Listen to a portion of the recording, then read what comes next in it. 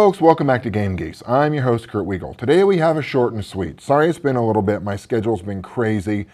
I've just started a new research group this summer, and my son and I are both in Shrek the Musical, so it's just been a pretty hectic schedule playing an ogre all the time. But one of the things I do want to talk to you about, one of the things I do want to bring up, and this is going to be another, I'm bringing this up and then I'm opening it up for discussion on any of the social media that we have available.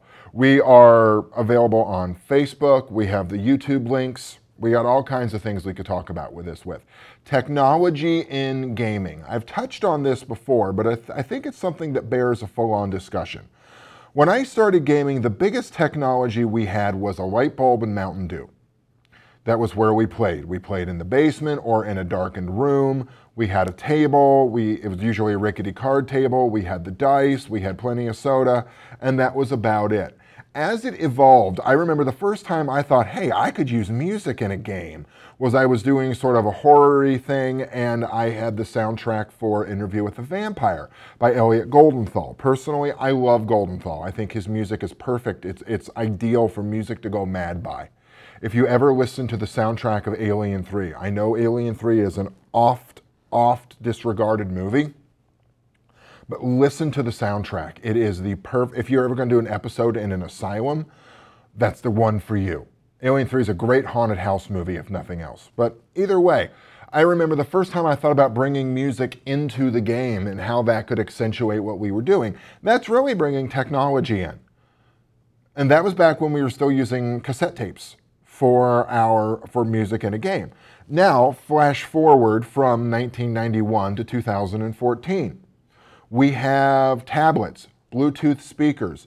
I recently introduced my group to Obsidian Portal, and one of my gamers, who's now running the game, is completely using Obsidian Portal as his go-to site for campaign notes, maps, images of characters, character sheets, everything you could possibly want, he's put right there. He's a very tech-savvy sort of guy. I'm really not that way. I remember when I introduced a Facebook group for our gaming group, and I thought, wow, I am the coolest ever.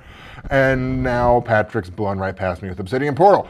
And other things are out there. There's Roll20 if you do online gaming and you want to be able to build in your own macros for rolling dice, for the cards for Savage Worlds. There are a variety of other technological things. Wildcard Creator.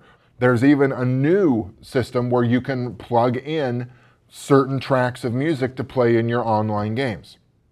Additionally, if you want, and I tend to stick mainly with music for a game because that's kind of how my brain works, and I can only juggle so many balls at once, usually one, before I start to lose control of it. So you do always have options of these online radios now. Radio Rivendell has been fueling game sessions for almost a decade, if not more now, just by playing constant loops of fantasy music. There are a lot of options out there for you. So I want to hear what you think. What technology do you use in the game? I remember somebody crabbing at me once when I was talking about my iPad and gaming. Oh, I never allow tablets or phones or computers on the gaming table. It's distracting. You know, that's a very good point. But let's face it, this isn't going away, ladies and gentlemen. I understand trying to keep phones put away so people aren't texting other people or playing Candy Crush Farm Saga, where's my drip drip water shit when you're trying to play. But think about how we've got to be able to use this stuff. We're not all Luddites in the basement scratching our chainmail dice bags anymore, ladies and gentlemen. There are all kinds of ways that we can incorporate this to make our games more immersive, more inclusive to other players, and that's just beginning to include the whole idea of online gaming. So I want to hear, what technology do you use in your game? Do you firmly believe all you need is a sharpened number 2 pencil and some dice and a piece of paper? Or do you embrace all of the current level of technology that you can and do bring to a game?